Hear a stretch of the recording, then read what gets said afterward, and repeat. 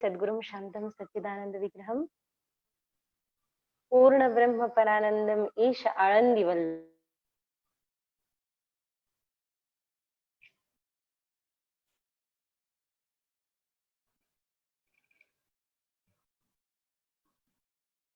वार्थाय वंदे ज्ञानेश नंदिनी शिक्षरम पातक नाशनम। पिछले अनेकों यानी एक महीना ऐसा भी कह सकते हैं तथा हमारे जीवन में इस सीरीज का आरंभ हुआ और आरंभ से ही प्रिय सेजल दीदी हमारे साथ है। सही में हम सौभाग्यशाली है, दीदी की इतनी व्यस्तता है। आप जैसे देखेंगे कि कंटिन्यू किसी न किसी विषय को लेकर हम दीदी लाइव आ रहे हैं हम सबके बीच में। और फिर एक बार हम आज के दिन आपके मध्य में इस आप सबको जो प्रिय है और दीदी ये जो आप सुनना, स्पेशली मुझे कई सारे लोगों ने प्रतिक्रियाएं भेजी कि ये संवाद बहुत ही सुंदर और महत्वपूर्ण, की कथा भी ऐसे रोचक भी हो सकती है, पाचक भी हो सकती है, ऐसा पहले बार लगा। क्योंकि अक्सर कथाएं हमने देखा है कि कुछ कथाएं रोचक तो होती हैं पर पाचक हजम नहीं होती, यानी अच्छा सही में ऐसा हुआ होगा क्या? पर जब उसको अपने जीवन से हम जोड़ के देख रहे हैं, इस सुंदर यात्रा की ओर, अपने ही भीतर की यात्रा की ओर मुड़ रहे हैं, तो निश्चित ही ये कथा रोचक भी हो रही है और पाचक भी हो रही है। हमारे जीवन से कुछ ना कुछ मिलता-जुलता इससे हमें मिल रहा है। और इसके पूर्व सत्र में जहाँ हमने विश्राम किया था दीदी के साथ, भरत चरित्र पे, जहाँ भरत जी प्रभु राम जी से मिलने आए हैं और आप लोगों ने इतने सुंदर प्रश्न पूछे कि जिस प्रश्नों के द्वारा, जिस संवाद, ये हमारी पहले से ही परंपरा तो रही ही है, पर इस संवाद के द्वारा बहुत कुछ हमें नया जानने को मिला, समझने को मिला। और दीदी तो इतने सहज है, वो बस सानिध्य में ऐसे ही बैठे रहे तो भी हम कुछ ना कुछ जरूर ही सीख, उनके स्माइल से ही सीखते रहेंगे।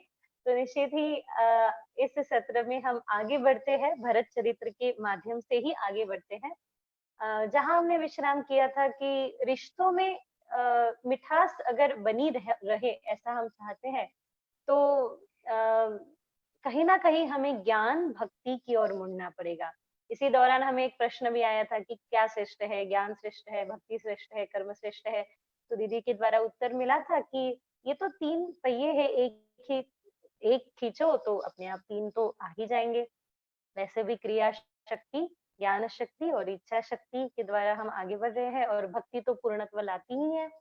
तो इसी के साथ जब भरत जी और प्रभु श्री राम जी का मिलन हुआ और मिलन के पश्चात हम सब ने कथा सुनी है कभी ना कभी, कहीं ना कहीं, और अभी तो रामायण में हमने देखा ही कि बहुत सुंदर संवाद हुआ, जिस संवाद के बीच प्रभु राम ने कुछ प्रश्न पूछे भरत जी से, उसका उत्तर भरत जी ने दिया है।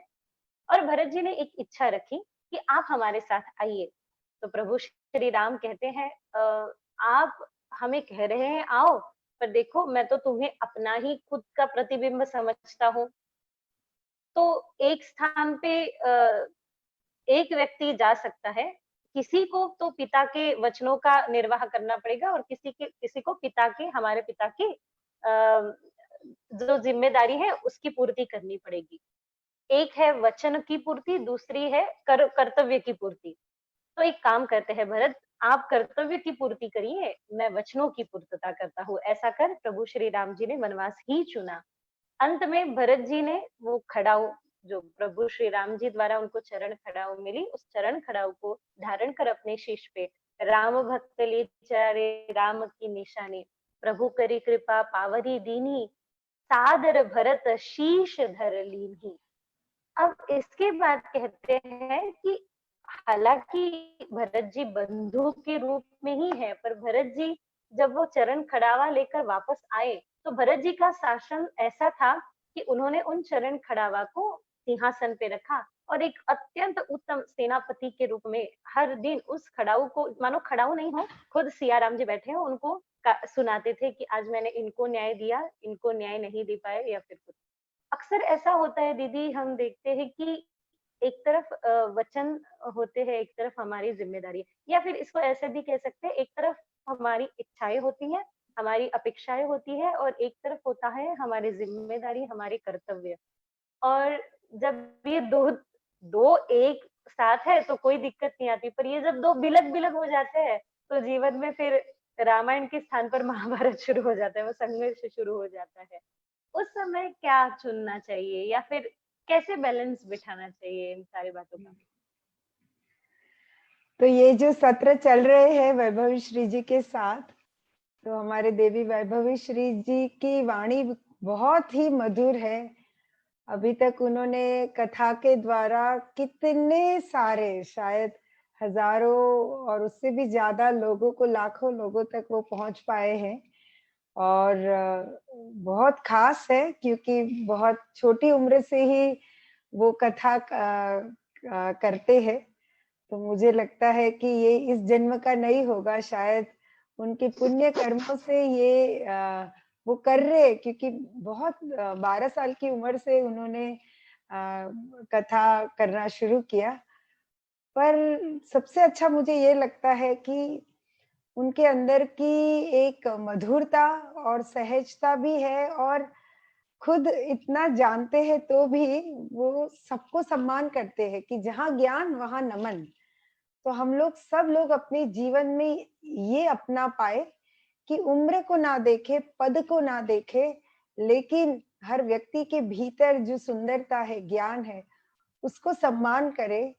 तो मुझे लगता है कि कहीं ना कहीं हम ये कह सकते हैं कि हमने ज्ञान को आजमाया है अपने जीवन में, कहीं ना कहीं उसको जी रहे हैं।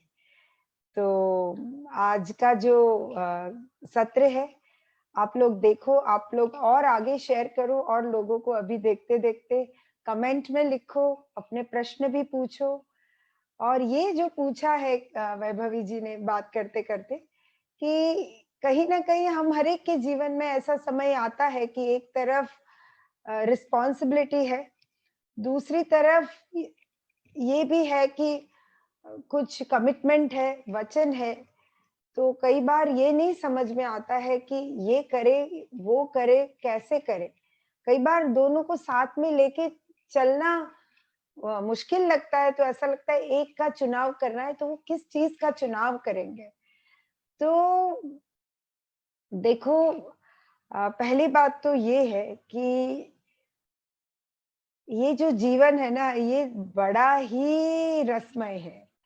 और इस जीवन में जरूरी नहीं है कि हर वक्त इजी इजी इजी ऑप्शंस आते रहे।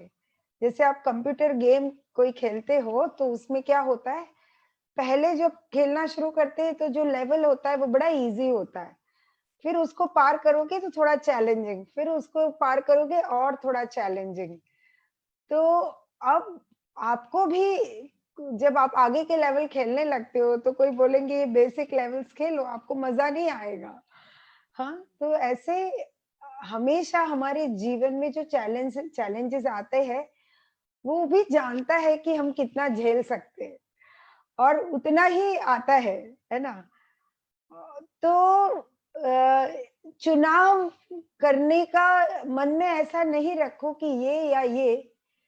हम ये भी कह सकते हैं कि जिम्मेदारी भी निभा सकते हैं, और साथ-साथ में कुछ-कुछ जो हमारा धर्म है, जो हमारा कमिटमेंट है, वचन है, उसकी भी पूर्ति हो सकती है, क्यों नहीं हो सकती है।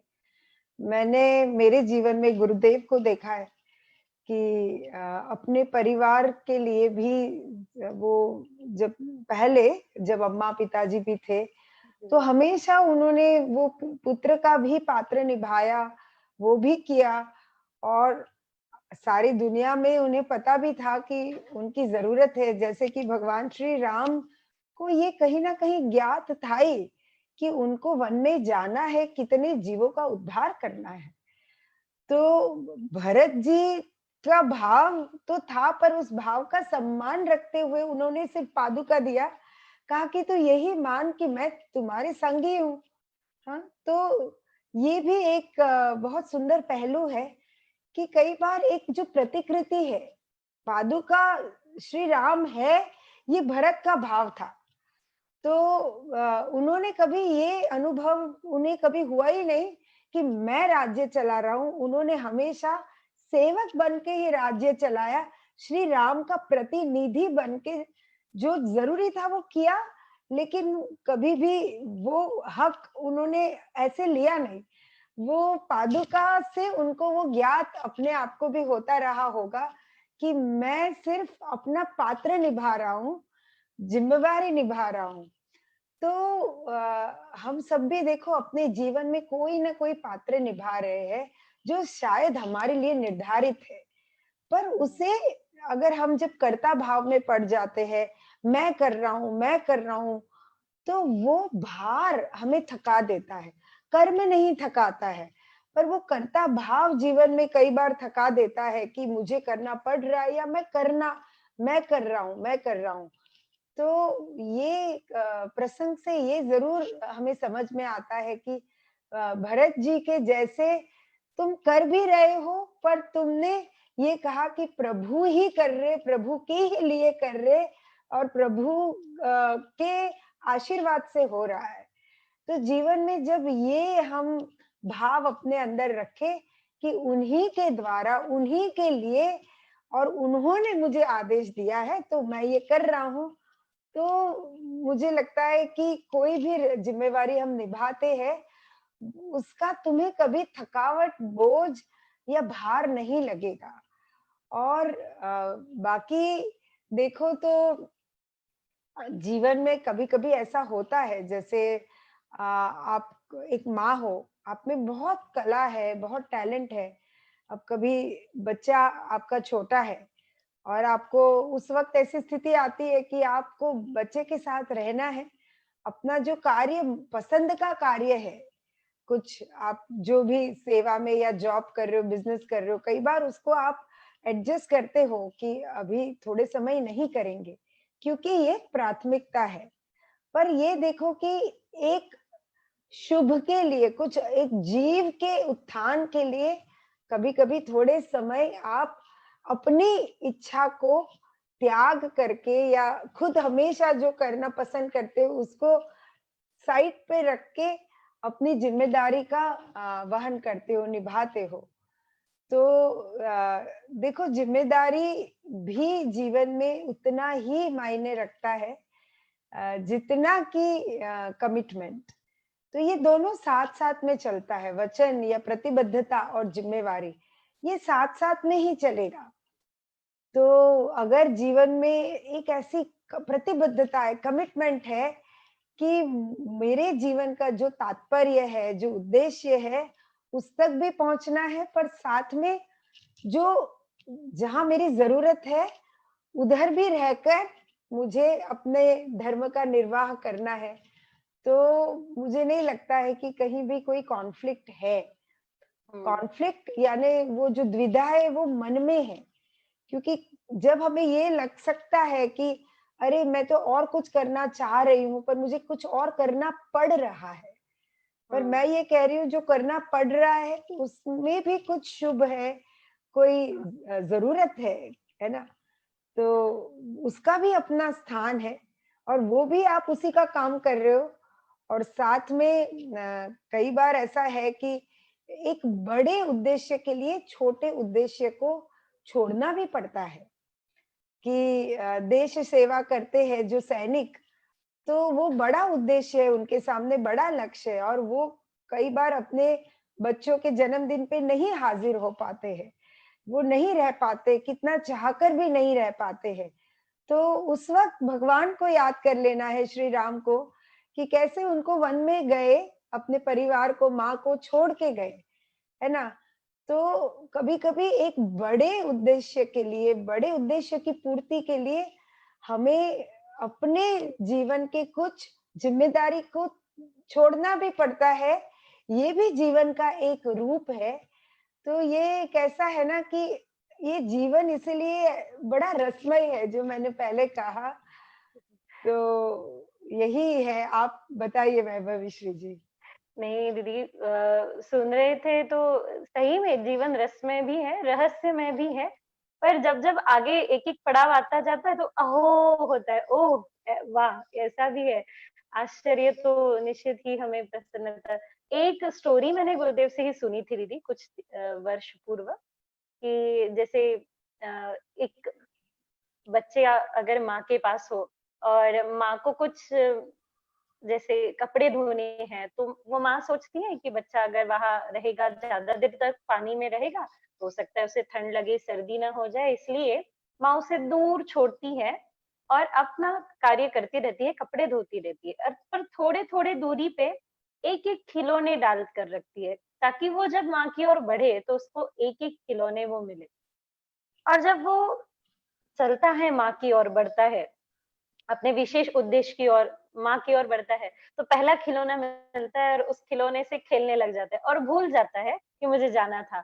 और फिर सडनली याद आता है कि अरे! मुझे तो जाना था। फिर वो उस खिलौने को छोड़ देता है और अगला वाला खिलौना, माँ ने तो थोड़ी-थोड़ी दूरी पे एक-एक, एक-एक खिलौना रखा ही है उसके लिए। तो ऐसा ही है, हम पहले ही खिलौने को शायद इतना पकड़े बैठे हैं, इतना पक्का पकड़े बैठे हैं कि उसको छोड़ नहीं पा रहे हैं। शायद हो सकता है हम अगर थोड़ी देर के लिए अपने स्वार्थ के लिए ये भी कह सकते हैं, अपने हित के लिए भी कह सकते हैं, छोड़े, तो हो सकता है उससे बड़ा और अच्छा खिलौना आगे हो और अंतिम तो पहुँचना माँ तक ही है। हुँ। पर इससे खेलते हुए तो जाना पड़ता है, क्योंकि जैसे अगर इसको अपने जीवन से कनेक्ट करके देखें, तो अंतिम लक्ष्य आनंद है, गोविंद है, ईश्वर है। आनंद ही गोविंद है, गोविंद ही आनंद, जैसे रामायण में भी कहा गया है कि एक और आनंद है और आनंद की ओर हमें बढ़ना है, पर भगवान कहते हैं मम माया दुरत्यया, यानी बीच-बीच में मैंने ही माया के रूप में कुछ ना कुछ खिलौने रखे हैं। उसके साथ खेलना पड़ेगा, यानी हमारे पास चॉइस नहीं है, खेलना ही पड़ेगा। शंकराचार्य भी कहते हैं कि तेन त्यक्तेन भुंजीथा मा गृधः कस्य स्वेद्धनम्। खेलो, पर खेलते हुए ये ना भूलो कि आगे भी हमें चलना है और हो सकता है इसे छोड़ने के बाद अगला वाला खिलौना ज़्यादा अच्छा हो। जैसे आप कह रहे थे कि जिसके सामने बड़ा उद्देश्य होता है, उसको ये छोटी-छोटी बातों का कभी ना कभी उसको छोड़ना ही पड़ता है, हुँ। उसकी ओर अम, आगे बढ़ना ही पड़ता है। और जैसे कि भरत जी ने ये सेवा की, इसके बाद प्रभु श्री राम सोचते हैं कि यहाँ रहना, यानी चित्रकूट में रहना अब हमारे लिए ठीक नहीं है। अयोध्या वासियों को पता तो चल गया है इस स्थान का, तो वहां से वो आगे चल देते हैं और आगे उनको मिलते हैं भरद्वाज जी। और उन्होंने पूछा है, ये दो प्रसंग बहुत ही सुंदर है। भरद्वाज जी से पूछा है उन्होंने, हम कहाँ जाए। और आगे फिर मिले वाल्मीकि जी, और वाल्मीकि जी से पूछा है हम कहाँ ठहरे, क्योंकि ये दो लोग ऐसे हैं, ये दो लोग इन दो विषय में माहिर है। एक भरद्वाज जी है, उनके लिए रामचरितमानस में कहा है कि भरद्वाज मुनि बसहि प्रयागा परमारथ पथ परम सुजाना। परमारथ पथ का सुजान यानी वो जानकार है, वो जानते हैं परमारथ के पथ को, वो पथ को जानते हैं, इसलिए राम जी ने उन्हें पूछा कि हम कहाँ जाए। और वाल्मीकि जी के जीवन में तो हमने उनकी कथा सुनी है, कैसा था उनका पहले पूर्व का जीवन। उन्होंने एक-एक लोगों का वध करते हुए, वहां के छोटे-छोटे कंकर उठाकर ऐसे कई सारे बड़े-बड़े पात्र को भराया था, पूर्ण किया था। कितने सारे वध किए थे, जो खुद एक लुटेरे थे, बाद में राम नाम को लुटाने वाले हो गए। तो फिर वाल्मीकि जी को पूछा कि कहाँ ठहरे। तो जीवन में हम किसी से भी कुछ भी प्रश्न कर देते हैं। अक्सर ये मुझे पहले से ही ये जिज्ञासा रही है दीदी, कि अक्सर हम किसी से भी कुछ भी प्रश्न करते हैं, हालांकि शास्त्र में लिखा है कि अगर हम अयोग्य व्यक्ति से कुछ प्रश्न करते हैं और उसने अगर हमें सहानुभूति दे दी, तो सहानुभूति तो विष के समान ही, अरे तेरे साथ बड़ा बुरा हुआ, ये हो ये सब। तो योग्य व्यक्ति को योग्य प्रश्न करके हम आगे बढ़े। इसीलिए राम जी ने परमारथ के बारे में भरद्वाज जी से पूछा और ठहराव कहाँ हो, वो वाल्मीकि जी के पूछा। जीवन में अक्सर होता है कि जब प्रश्न होते हैं, तब एक योग्य व्यक्ति की अपेक्षा होती है कि कोई चाहिए कि जिनसे हम पूछ सके। अयोग्य व्यक्ति से पूछने के बाद तो हमने देखा ही क्या होता है जीवन का। और फिर इस पाथ पे अगर आगे बढ़ना हो, किसी योग्य व्यक्ति को हम चाहते हो, तो कहाँ संपर्क करें? क्योंकि आजकल मार्केट में तो लिखा है, अगर आपकी समस्या छुड़ाना हो घंटे भर में, तो ये करें, वो करें। पर डेफिनिटली वो कोई इलाज होता नहीं है, हालाँकि प्रॉब्लम्स और बढ़ते हैं। तो इस समय में हम किससे अपने प्रश्न पूछे, जिज्ञासा पूछे और फ्री हो जाए उन सब से। हाँ, कहीं न कहीं उसका इसका उत्तर मुझे लगता है आपके पास भी है और मेरे पास भी है, क्योंकि हम लोग अपने जीवन में गुरुदेव के साथ जुड़े हुए हैं। और ये ज़रूर है कि एक छोटा-सा भी जीवन में हमें निर्णय लेना होता है, तो हम किसी की सलाह लेते हैं ना, कई बार देखना आपको नया फ़ोन लेना हो, तो आप 2-4 लोगों को पूछते हो, "भई ये फ़ोन कैसा है? ले लूँ क्या?" अच्छा ले लेते हो तो भी पूछते हो कि मुझे बताना ये नया है, मैं इसे ऑपरेट कैसे करूँ? मैनुअल देख के समझ में नहीं आता है, पर प्रैक्टिकल कोई बताता है तो तुरंत समझ में आ जाता है। तो एक गाड़ी चलाना भी सीखना है, तो आप सोचते हो भई जिसको आता है उसके पास जाते हैं, ताकि हमें सिखा देगा गाड़ी। तो हम कहीं न कहीं जीवन के हर मोड़ पे मदद ले रहे हैं, गाइडेंस भी लेते हैं। पर जब अपने जीवन की बात आती है, जीवन के उत्थान की बात आती है, अपने जीवन को समझने की बात आती है, तो कई बार गाइडेंस लेने से चूक जाते हैं, क्योंकि हमें ऐसा एक धारणा हो जाता है कि पता नहीं हम क्यों गुरु धारण करें या क्यों किसी को पूछे, और अपनी उलझन में रहते-रहते कई बार उलझते रहते। वो उलझन एक जीवन की बड़ी हो जाती है, जो कि सही मार्गदर्शन से तुरंत सुलझ सकती है। उसकी जगह पे वो लंबे समय तक हम कई बार उसमें रहते हैं। तो मैं यही कहूँगी कि जैसे कहते हैं सद्गुरु के लक्षण हैं। आपको जब आपके जीवन में कोई सद्गुरु आते हैं तो कहीं न कहीं बिना कारण के आप मुस्कुराने लगते हो, यानी सुख आविर्भाव। तो अगर आपके जीवन में ऐसा हो जाए तो समझो कोई तो है आपके जीवन में जो आपको योग्यता सिखा रहा है ना? आपको मेंटरिंग कर रहा है। और या फिर जब जीवन में सद्गुरु आते हैं तो दुःख आ सकता है लेकिन दुःख टिकता नहीं है।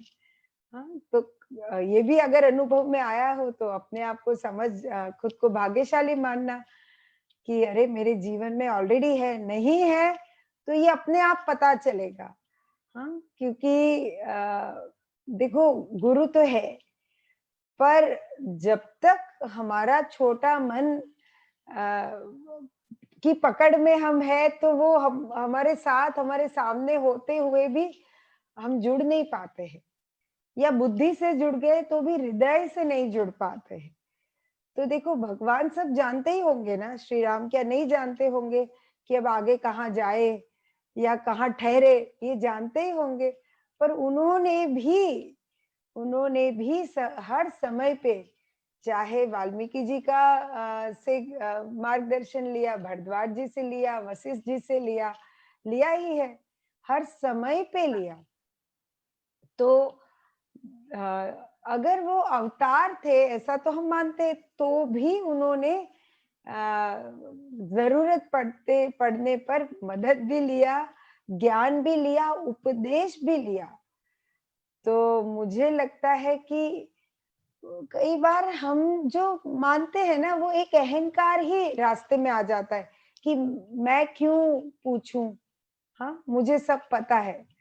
पर हमें जो पता है वो सागर की बूंद जितना भी नहीं है, जो नहीं पता है वो बहुत ज्यादा है। और जिसको पता है उसको जान लेंगे तो बड़ा आसान हो जाएगा। भाई कोई रास्ते में नहीं जा रहे हो, भटक गए तो पूछ लो कि भाई कहाँ जाते, जो जानता है वो बता देगा, नहीं जानता है बोलेगा मुझे नहीं पता है। हाँ, तो आपके जीवन में ये घटित हो चुका होगा तो आपको पता है, वरना वो घटित होगा ज़रूर।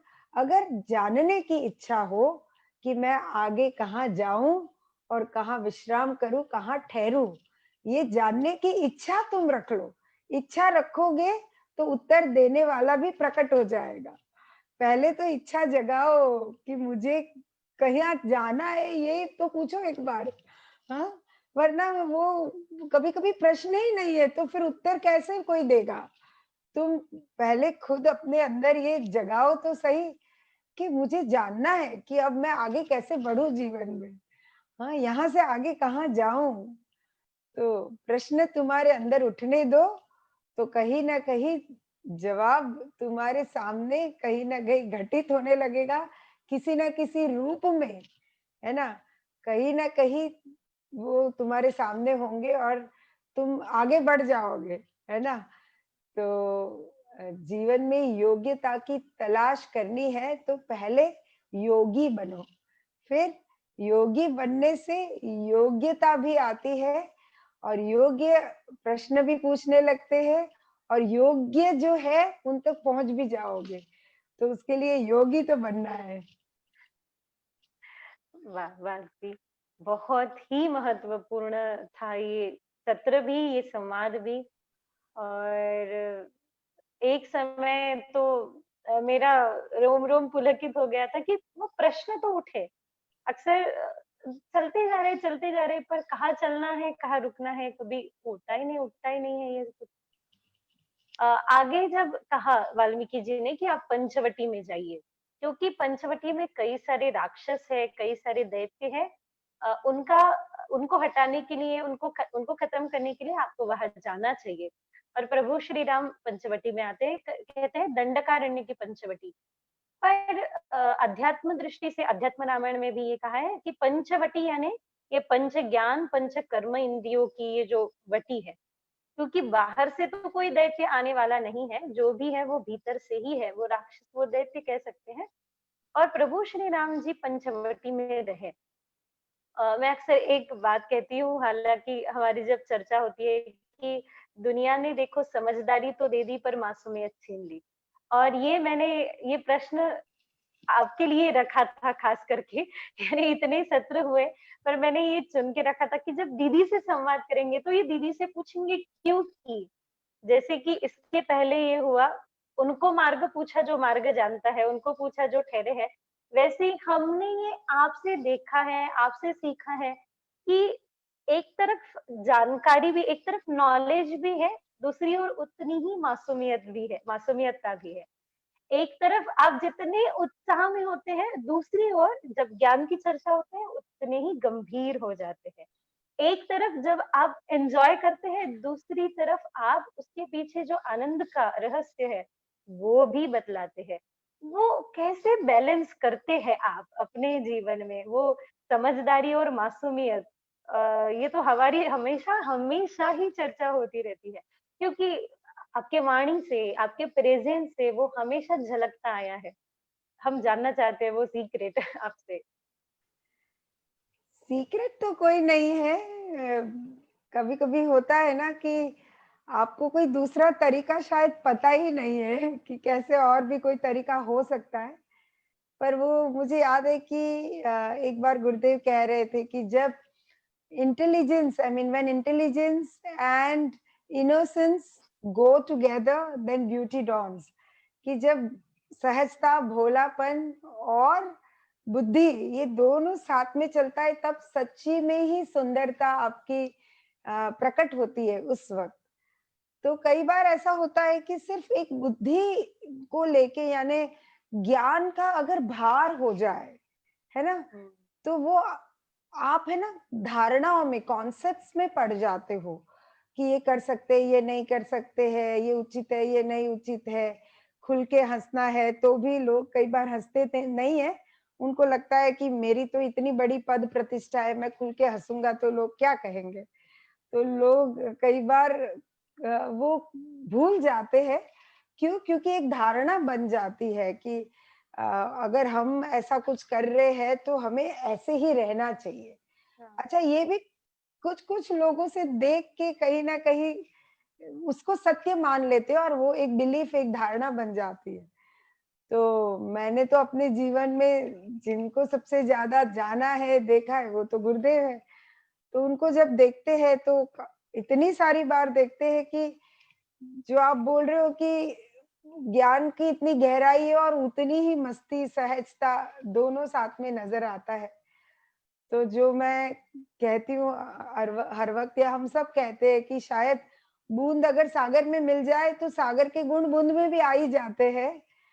तो अगर वो आप जब किसी के हो जाते हो, यानी गुरु के, ईश्वर के हो जाते हैं, तो वो गुण कहीं न कहीं हम हर एक में झलकने लगते हैं। उसके लिए कोई ख़ास प्रयत्न नहीं है, वो बात है बस मिल जाने की बात है। घुल जाने की बात है। और मुझे ऐसा लगता है कि अकड़पन में कुछ खास रखा नहीं है। हाँ, कई बार इतना बोझ लेके मैं ये हूँ, मेरा सम्मान करो, मुझे पूछो, मुझे मैं ये नहीं कर सकता, मैं वो नहीं कर सकता। हुँ, अ, वो सब में इतना कुछ रस ना ले तो हम सहज रह सकते। अगर हमें उसमें रस आने लगे, होता है ना कि भई कभी-कभी आध्यात्मिकता के भी मार्ग में मान-सम्मान तो मिलता ही है, जब आप इस स्थान पे बैठते हो। हालाँकि वो मान-सम्मान तो उस स्थान को है, व्यासपीठ को है, पर हम भूल जाते हैं, तो कभी-कभी उस लगता है कि मुझे मिल रहा है, मुझे मिल रहा है, तो उसमें कभी-कभी देखते हैं कि जानबूझ के नहीं करते हैं, लेकिन वो सम्मान का राग हो जाता है। हुँ, तो ये होने लगता है कि उम, मेरे गुणगान गाए जाए, मैं जहाँ हूँ, मुझे मान मिलना चाहिए, मुझे लोग पूछे, मुझे ये करे। देखो, एक आपके स्वभाव से सम्मान कमाते हो आप डिमांड नहीं करते हो, कोई करे तो ठीक है, ना करे तो कोई फ़र्क नहीं पड़ता।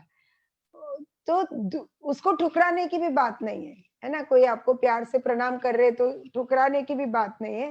हाँ, पर दूसरा, यानी आपने अपने स्वभाव से जिसको कमाया है, और दूसरा एक स्थान का बल है, स्थान की वजह से आपको सम्मान मिल रहा है, जिसको कई बार हमें लगने लगता है मुझे मिल रहा है, मुझे मिल रहा है, और वो उसमें फिर थोड़े भ्रमित होने की संभावना है। इसलिए हमेशा ये देखो कि मैं एक माध्यम हूँ। I am just an instrument.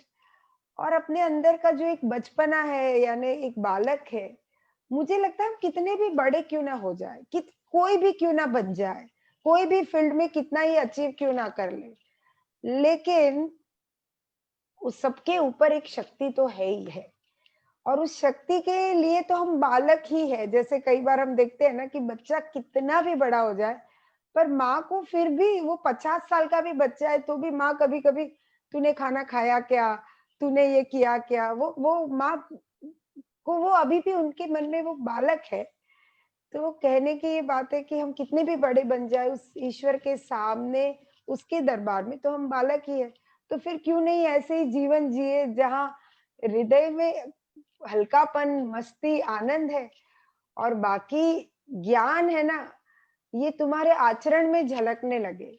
शब्दों से ज़्यादा जब तुम्हारे आचरण में झलकने लगे, जब विवेक, मतलब जो समझदारी और तुम्हारा व्यवहार दोनों एक होने लगे, तो ये कह सकते हैं कि कहीं न कहीं वो ज्ञान उतरा है। कहते हैं ना, जब हम इस धरती से जाएँगे, एक बार गुरुदेव कह रहे थे कि तुम्हें 2 प्रश्नों के जवाब देने पड़ेंगे मृत्यु के बाद।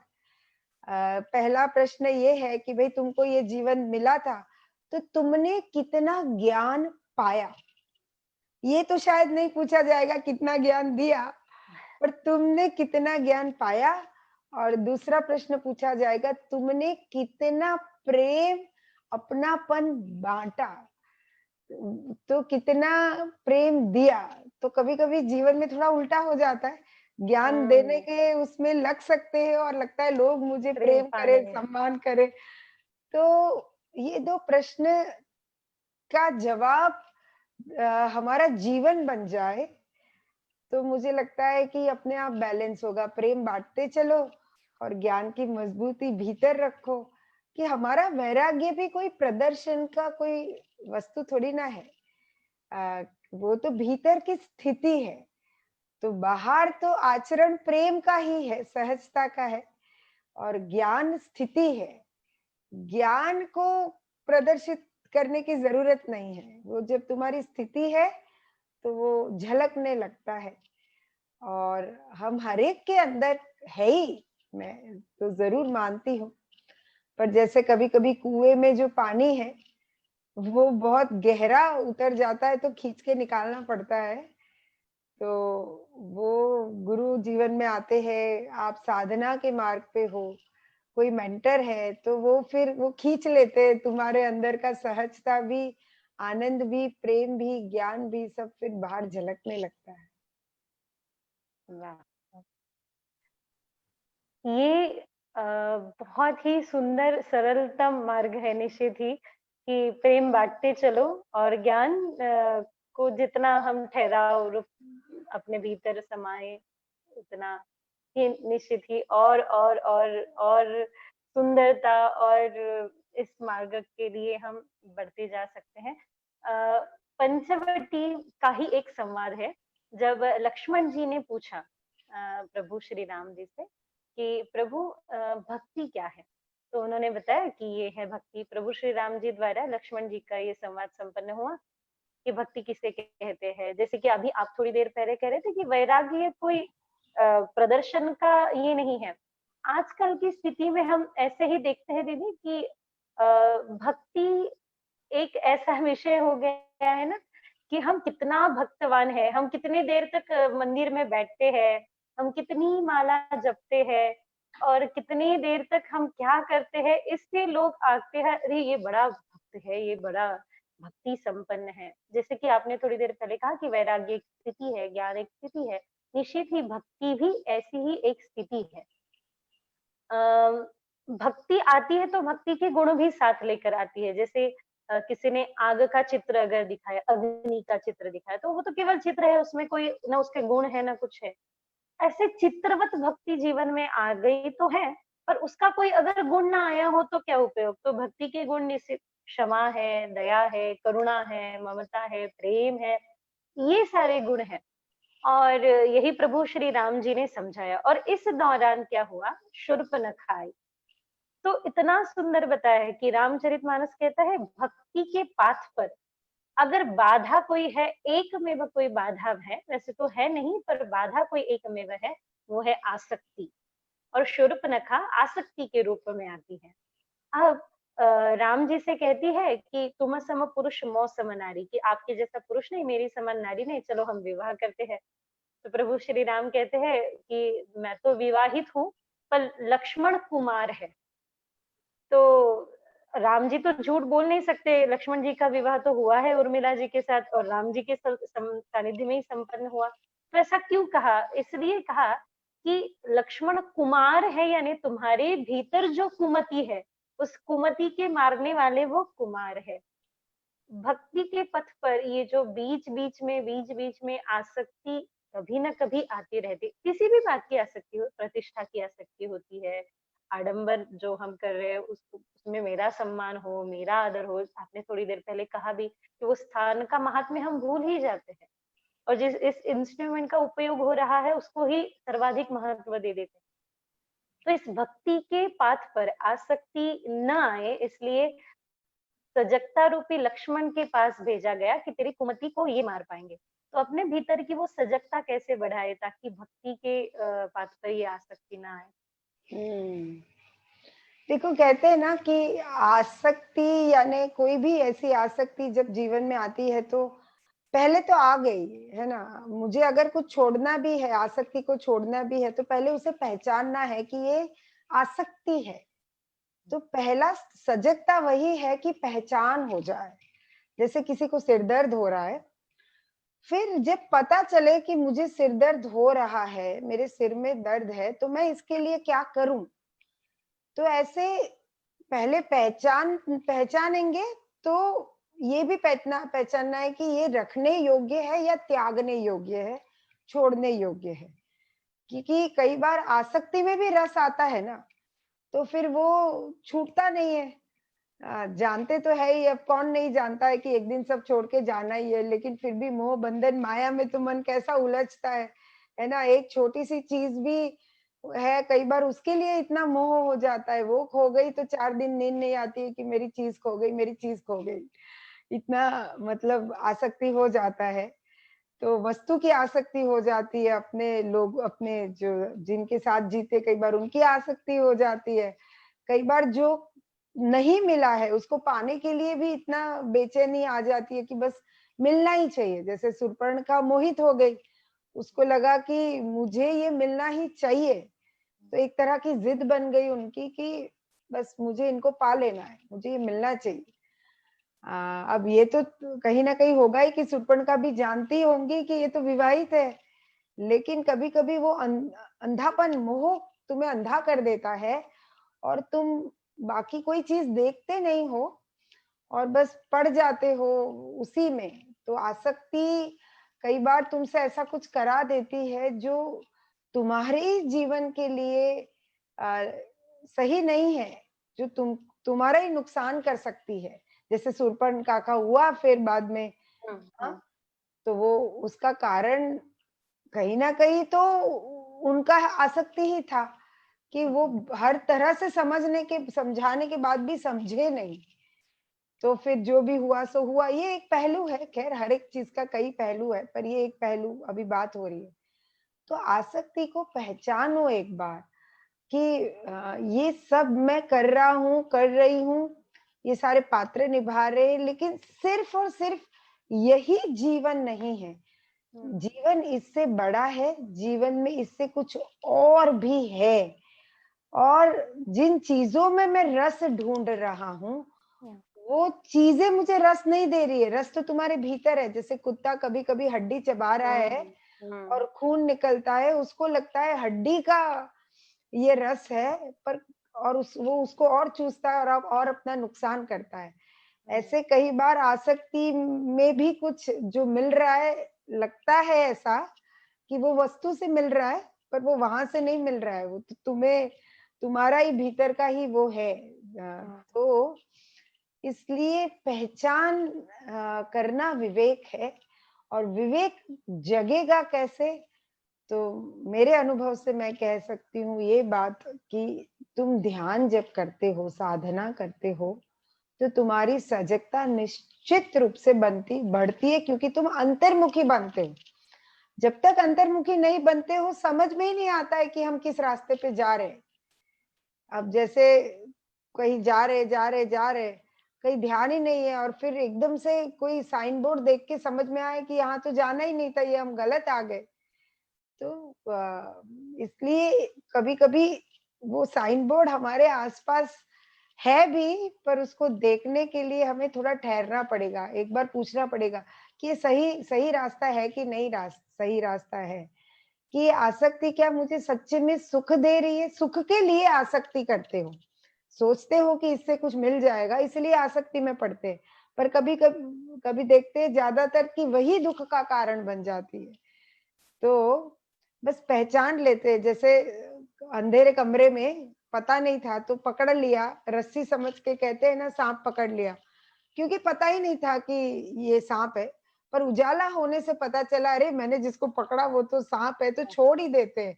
कोई वेट नहीं करते कि कोई बोले, अपने आप छूट जाता है। ऐसे ज्ञान होते ही अपने आप आसक्ति से छूट जाते हैं। और ज्ञान होने के लिए हमें ये स्वाध्याय भी करना है। बिना स्वाध्याय के ये नहीं समझना कि बस हो ही जाएगा। एक तो गुरुवाणी है, साधना है, और साथ में स्वाध्याय भी है कि कुछ देर रोज 5-10 मिनट अपने आप में बैठ के देखना है कि ये जो भी मैं कर रहा हूँ, करना जरूरी है वो अपनी जगह पे, पर क्या मुझे उसी में सुख की तलाश करनी है, या सुखी होके फिर निर्वाह करना है, फिर उसको पाना है? पाने में कोई गलत नहीं है, वो तो पाना है, समृद्ध बनो, जितना आगे बढ़ना है बनो, लेकिन सुख वहां मत खोजो। सुखी होके जब तुम करते हो तो फिर तुम्हें कभी नहीं भी मिलेगा तो उसका दुख नहीं होगा ज्यादा, क्योंकि तुमने उधर सुख नहीं मिला, सुख जोड़ा नहीं, क्योंकि तुम जानते हो कि ये सुख दुख मेरे भीतर से ही है। तो सजगता है ही हमारे अंदर, पर ध्यान से, ज्ञान से, गुरुवाणी से, स्वाध्याय से और संग से। संग भी बहुत खास है। कभी कभी हम जिन लोगों के साथ हमारा संग है, तो वो संग का कहते हैं ना, कुछ असर तो हो ही जाता है। इसलिए अपना संग भी देखो कैसा है, तो जरूर सजगता बढ़ती चली जाएगी और आप पहचान लोगे कि ये आसक्ति ही है। चलो थोड़ा उसका सुख ले लिया, पर अब ये दुख दे रही है, छोड़ दो। सांप है, क्यों पकड़ के रखना है? निश्चित, निश्चित ही। वाह! और फिर जैसे कि परिणाम यही हुआ कि नाक और कान काटा गया लक्ष्मण जी द्वारा जब उन्होंने भक्ति रूपी माता सीता के ऊपर प्रहार किया। तो बहुत सारे लोगों का रामचरितमानस के माध्यम से और अन्य भाव के माध्यम से ये है कि उसको नाक और कान तो था ही नहीं, तो कहाँ से काटते? नाक और कान यानी जिसको गंध ही नहीं है। श्रीमद् भागवत जी में भी एक स्थान पे ऐसा आता है कि जिन कानों ने भगवान भगवत गुण नहीं सुने, वो कान कान नहीं है, सर्प के बिल के समान है, ऐसा कहा गया है। क्योंकि उसने कभी भगवत गुणानुवाद नहीं सुना, यानी अच्छे गुणों को कभी धारण करने की इच्छा ही नहीं रखी, सुना ही नहीं, श्रवण श्रवण का आनंद ही नहीं लिया। और सूंघना यानी कभी उसको गंध ही नहीं मिली भगवान के करुणामय स्वरूप की या फिर उस परमानंद के रूप की। अगर ये होती तो वो आसक्ति नहीं रखती अपने भीतर, और कभी उनके कृपा का गुणगान सुना होता तो भी नहीं रखती। तो कान नाक काटना ये तो केवल प्रतीक मात्र के लिए ऐसा बताया। फिर बाद में, जैसा कि इसके पहले हमने सीता जी के जीवन चरित्र पर दीदी के साथ चर्चा की थी, तो इस माध्यम से हमने ये सारा अंश सुना था किसी न किसी माध्यम से कि सीता जी का हरण हुआ और सीता जी का हरण रावण के द्वारा होने के पश्चात अशोक वाटिका में पहुंच गए। अब यहाँ जब प्रभु श्री राम जी चले, तो जब माता सीता का हरण हुआ और माता सीता के विरह में प्रभु श्री राम हे खग हे मृग कर बहुत ही सुंदर चौपाई है वो। गा सकते हैं हाँ छोटी हाँ, सी चौपाई जरूर है। जरूर जरूर। हे खग हे मृग मधुकर श्रेणी, हे खग हे मृग मधुकर श्रेणी, देखी क्या सीता मृग नयनी, हे खग हे मृग मधुकर श्रेणी। यानी प्रभु श्री राम जी विलाप कर रहे हैं, एक एक वृक्ष से पूछ रहे हैं कि छोटे छोटे वृक्षों, आप तो मेरी सिया के छोटे छोटे उन नूपुरों के साक्षी हो सकते हैं, क्या आपने उन नूपुरों की ध्वनि सुनी? हे बड़े बड़े विशाल वृक्षों, तुम तो देख सकते हो ना मेरी सिया कहाँ है, क्या तुमने सुना? और फिर आगे बढ़ते बढ़ते जटायु से मिले। ये बहुत ही मन को भावुक करने वाला प्रसंग, और विशेष रूप में ये प्रसंग महत्वपूर्ण है। जटायु, अ, जब जटायु और संपाति ये दो भाई थे, और सूर्य की अग्नि को देखकर सूर्य के पास जाने के लिए इन दोनों ने शर्त रखी। संपाति के पंख जले हम्म। सूर्य के निकट जाने से, जटायु बीच से ही वापस आ गए कि मैं अहंकार से अपने पंखों को नहीं जलाना चाहता, मेरे पंख का उपयोग सत्कार्य में हो, सत्कर्म में हो, सेवा में हो। और जटायु और प्रभु श्री राम जी की अत्यंत घनिष्ठता थी, अच्छी मैत्री थी, उस दौरान भी थी, क्योंकि वो महाराज दशरथ के स्नेही थे, मित्र थे जटायु जी। जटायु देखा जाए तो एक गिद्ध पक्षी है, और हमने देखा कि जब रावण हरण कर ले जा रहा है माता सीता को, और माता सीता एक एक अपने आभूषण गिराते, कितनी सजगता है कि एक एक आभूषण, कम से कम श्री राम जी को पता तो चले कि मैं कहाँ गई।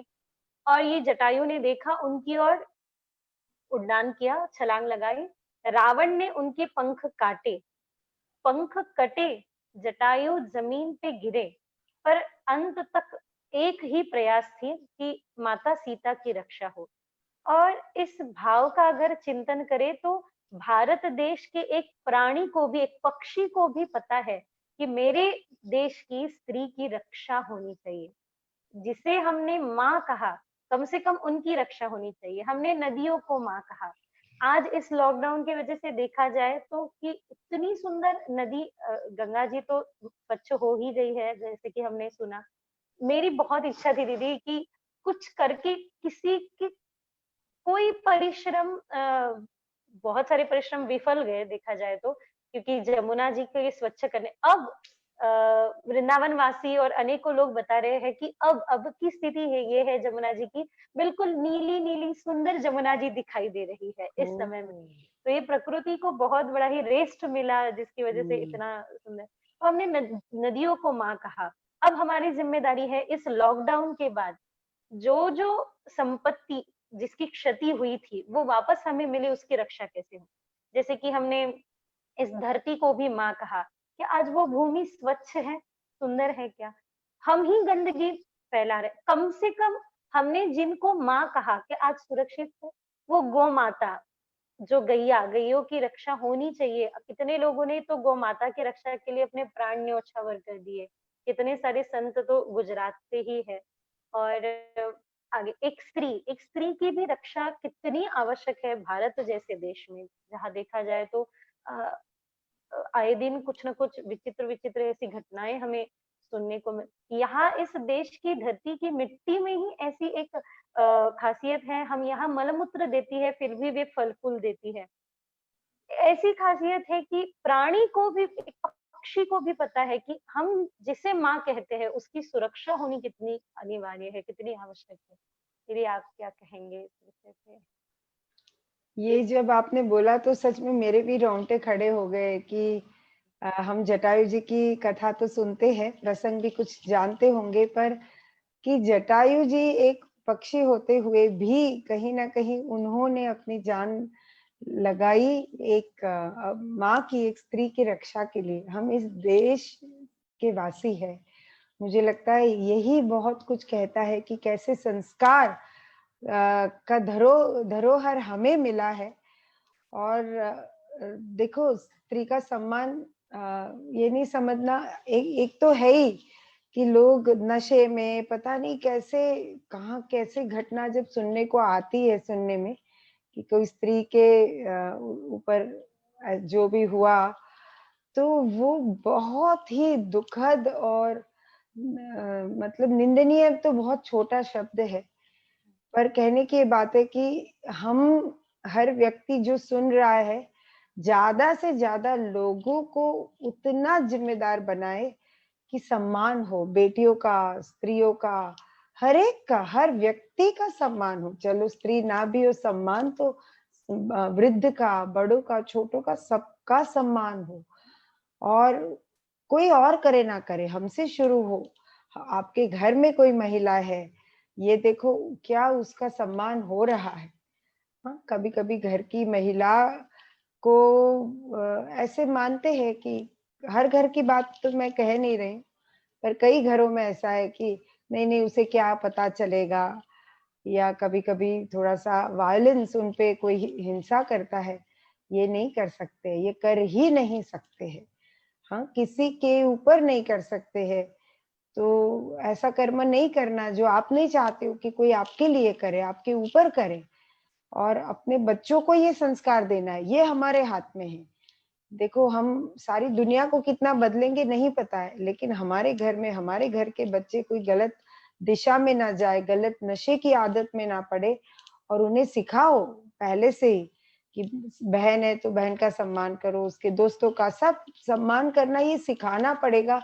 उसको शपथ दिलवानी पड़ेगी कि हमेशा मैं कटिबद्ध हूँ, I am committed to protect, है ना? सम्मान की रक्षा का वो मैं रक्षक हूँ उसका। तो ये संस्कार हर माँ को अपने बच्चों को देना है। हाँ, आजकल के टाइम में कभी-कभी देखने में आता है कि अ, बच्चे इतना ज़्यादा वो मोबाइल फ़ोन, कार्टून नेटवर्क क्या-क्या सब देखते-देखते उन्हें जैसे कई बार सही-गलत का ज्ञान नहीं रहता है, और बहुत हुँ, जल्दी इन्फ्लुएंस में आ जाते हैं कि कोई बोलता है ये नशा कर लो, ऐसा कर लो, तो उसके इन्फ्लुएंस में आ जाते हैं। इसलिए हमें उनको सही-गलत का ज्ञान बचपन से कराना है। हुँ, बचपन से ही कराना है। कभी-कभी बच्चा थोड़ा रोता है तो हम उसको फ़ोन दे देते हैं, पर आप ये नहीं जानते हो कि फ़ोन देके आप उसको क्या-क्या चीज़ों से, जो उसको नहीं देखना चाहिए, वो भी सब उसके हाथ में है ना। हुँ, तो अपना टाइम निकाल के रहो उसके साथ, खेलो। इस बार कई यंगस्टर ने ये बोला कि इस लॉकडाउन में वो चाहते थे कि उनके पेरेंट्स उनके साथ रहे, लेकिन पेरेंट्स मोबाइल के बिना रह नहीं सकते थे। कई ये भी किस्से सामने आए कि बच्चे तो बोर हो गए कि भई बहुत हो गया, ये नहीं करना है, लेकिन घर के कई बड़े लोग स्क्रीन अपना उसको छोड़ ही नहीं पा रहे थे। तो मैं ये ज़रूर कहूँगी कि फिर हम कैसे बोलेंगे उनको? तो ऐसा ना हो कि हम लोगों से जुड़ना भूल जाए, हम सम्मान करना भूल जाए, चाहे वो पक्षी हो, प्राणी हो, स्त्री हो, लेकिन हर एक जीव का सम्मान मैं करूँ, मैं तो अपने से शुरू करूँ और हमारे आसपास के लोगों को करना सिखाए, ये तो कर ही सकते हैं। तो मुझे लगता है कि ये सब प्रण ले लेते हैं आज, हाँ? जी, और जी। परिवार के मूल्यों को, वैल्यूज़ को बढ़ाने के लिए हम सबको कुछ न कुछ आदतें डालनी है। आज कितने लोगों ने रामायण देखा, तो सबको अच्छा लगा, कई बच्चों ने देखा तो उनको बहुत मज़ा आया कि इतना तो हमें कोई सीरियल में आनंद नहीं आया, जितना इसमें आनंद आने लगा। देखते-देखते तो हमारे ही घर में मेरे भाई का बेटा है, तो अभी रोज़ कथा सुनता है बापू की, मुरारी बापू की, रोज़ सुनता है। तो सराहनीय है ये हुँ, कि हम कई बार मानते हैं कि बच्चों को ये सब में रस नहीं आएगा, पर ऐसा नहीं है, कथा में भी रस आता है। वो सुनेंगे, देखेंगे, तो कहीं न कहीं वो संस्कार क बनते जाएँगे। इसलिए देखो रॉ मटेरियल ब्रेन में जो जाता है ना, वैसा ही रिज़ल्ट आता है। इसलिए हम अपनी इंद्रियों के द्वारा क्या डाल रहे हैं अपने अंदर, रॉ मटेरियल 5 इंद्रिय से ही जा रहा है। तो जी। वो रॉ मटेरियल सही होना चाहिए, तो प्रोडक्ट विचार उसके है फिर। वो रॉ मटेरियल से विचार, विचार से वाणी, वाणी से व्यवहार, व्यवहार से फिर हमारा चरित्र बनता है। तो ये सब जुड़ा हुआ है, इसलिए रॉ मटेरियल सही डालना है, हाँ? हम हर एक को ये देखना है कि कुछ अच्छा हम फीड करते रहे अपने भीतर विचारों से, ध्यान से, ज्ञान से, साधना से, संग से। अच्छी चर्चा करो बैठ के, कितना कुछ चर्चा के लिए है। मैं आखिरी में ये वैभवी जी को पूछती हूँ, मुझे नहीं पता है जवाब मिलेगा कि नहीं, पर अनिरुद्ध करके हिमा दीदी है मेरी सिस्टर, उनका बेटा है, कल उसने एक प्रश्न पूछा। अब हमें भी इतना जवाब हम दे नहीं पाए, पर मैं पूछ के रखती हूँ अगर आप या कोई भी दर्शक इसका जवाब दे पाए तो आप भी दे पाओ तो बहुत उत्तम होगा, मैं उसको बता दूँगी।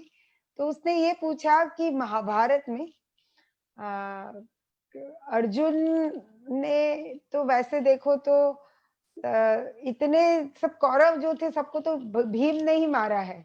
हाँ, हाँ, हाँ। तो सारे 100 कौरवों को तो भीम ने ही मारा है। तो भीम ने अगर मारा तो फिर अर्जुन ने तो जिनको मारा, ये उसका प्रश्न है कि अर्जुन ने जिनको मारा कोई ना कोई युक्ति से, थोड़ा धोखे से मारा। भीम ने तो बहुत अपना वो बलवान थे, तो भीम को इतना क्यों क्रेडिट नहीं मिला जितना अर्जुन को मिला? ये उसका प्रश्न है कि वैसे भीम का भी रोल बड़ा महत्व का है, तो उसको क्यों इतना क्रेडिट नहीं मिला? जी, जी, जी। दीदी उसके पहले जो आपने हाँ, संदेश दिया, जो जी। संकल्प लेने के लिए आज सबको कहा, वो बहुत ही महत्वपूर्ण है। जटायु जी की कथा पे हम विश्राम कर रहे हैं, इतनी ही कथा नहीं है, कथा इससे आगे भी है, हम सब जानते हैं और कुछ हमें सीखने को दीदी से सुनने को मिलेगा। इसके पूर्व दीदी ने एक प्रश्न पूछा कि क्रेडिट क्यों नहीं गया? निश्चित ही हमारे परंपरा में कभी बल को बल को महत्व दिया है, पर बल के साथ-साथ ये थोड़ा-सा अलग है, चिंतनीय ये विषय है कि अर्जुन ने छल पूर्वक या फिर कुछ नीति करके नहीं मारा, वो तो कृष्ण के द्वारा हुआ है जो हुआ, फिर कर्ण का हो, चाहे जो भी वो प्रसंग इस पे चिंतन हम ज़रूर करेंगे। जैसे कि हमने अभी रामचरितमानस पे चिंतन किया है, वैसे ही एक बार अगर आपकी परमिशन हो तो हम महाभारत पे भी कभी करेंगे। हाँ। महाभारत के पात्र भी हम लेंगे, बहुत ही सुंदर पात्र हैं। आप भी लिखिए कमेंट में इस प्रश्न का उत्तर। हम इस प्रश्न का उत्तर नेक्स्ट इसमें ज़रूर देखेंगे। इस पे हम हाँ, विश्राम तब करते हैं, वो इसलिए विश्राम करते हैं कि आगे हम बढ़ सकें। और ये तो निश्चित है कि भगवान कृष्ण ने अर्जुन से ये क्यों कराया ये और केवल बल को ही महत्व नहीं दिया है, बल के साथ-साथ हमारे परंपरा में ये क्रेडिट की तो देखा जाए तो अर्जुन को भी क्रेडिट नहीं मिला है। उसने जितने अपने धर्म का संवहन किया, उस धर्म को ही क्रेडिट दिया गया है। ना कि अर्जुन, ना कि युधिष्ठिर को। ये किसी पांडव की विजय की गाथा है ही नहीं, ये तो निश्चित हाँ, ही धर्म के विजय। यतो धर्म ततो जयः उसकी गाथा है। तो आगे हम देखेंगे, इस पे भी चिंतन करेंगे। यशोदा माँ जी की ओर से जय गुरुदेव आश्रम से हाँ, यशोदा माँ हमारे इतने सबको सिखाते रहते, वो खुद भी बहुत कथा जानते हैं, बहुत बढ़िया जी। अभी कुछ ही दिन पहले बहुत ही सुंदर चिंतन यशोदा माँ द्वारा हुआ है नारद भक्ति सूत्र का, ओह, अरे बहुत ही वाह। अद्भुत। अच्छा, नारद जी। भक्ति सूत्र कहा तो मैं सबको ये बता दूं कि जून में एक 1 जून से 15 जून तक गुरुदेव सालों के बाद फिर से नारद भक्ति सूत्र पे व्याख्या करने वाले हैं। 1996 में गुरुदेव ने ऋषिकेश में किया था, उसके पहले ऑलमोस्ट 86 उस टाइम पे अमेरिका में किया था। तो ऋषिकेश में किया तब तो हम लोग भी कुछ लोग थे उस वक्त, गंगा जी के किनारे बैठते थे और गुरुजी भक्ति जी, आप सूत्रा बीच-बीच में दिखाई भी देते हैं उसमें। तो भक्ति सूत्रा की व्याख्या किया था। तो गुरुदेव 1 से 15 ये व्याख्यान दे रहे। आज रात को 9 बजे मेरे पेज पेज से मैं और मेघल जी आधा घंटा थोड़ी लाइव करने वाले हैं कि भक्ति सूत्रा के हमारे क्या अनुभव रहे उस समय में गुरुदेव के साथ, और कुछ हमने उस वक़्त क्या सीखा वो ज्ञान से। तो मैं और मेघल जी रात को 9 बजे शेयर करने वाले, तो आप लोग ज़रूर से जुड़ना।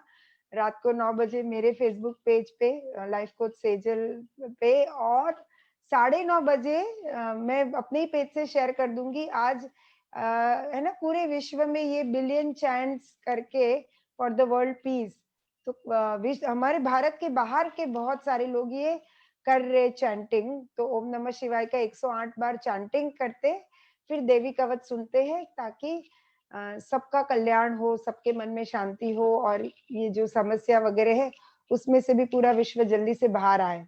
तो ये संकल्प के लिए ये बिलियन चैंट्स करके हमारे कुछ डिवोटीज ने शुरू किया है।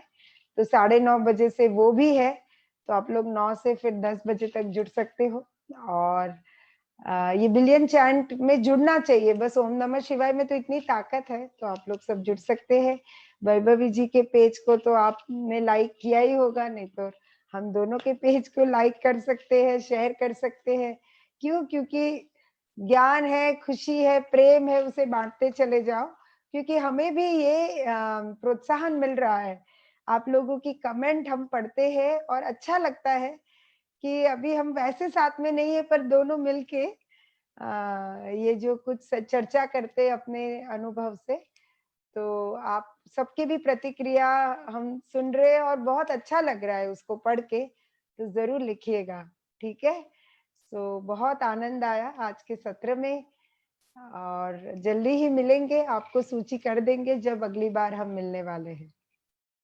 जी, बहुत-बहुत धन्यवाद दीदी, आपने समय दिया और बहुत जल्द फिर से एक बार इस विषय को आगे हम बढ़ाएँगे और सुनेंगे।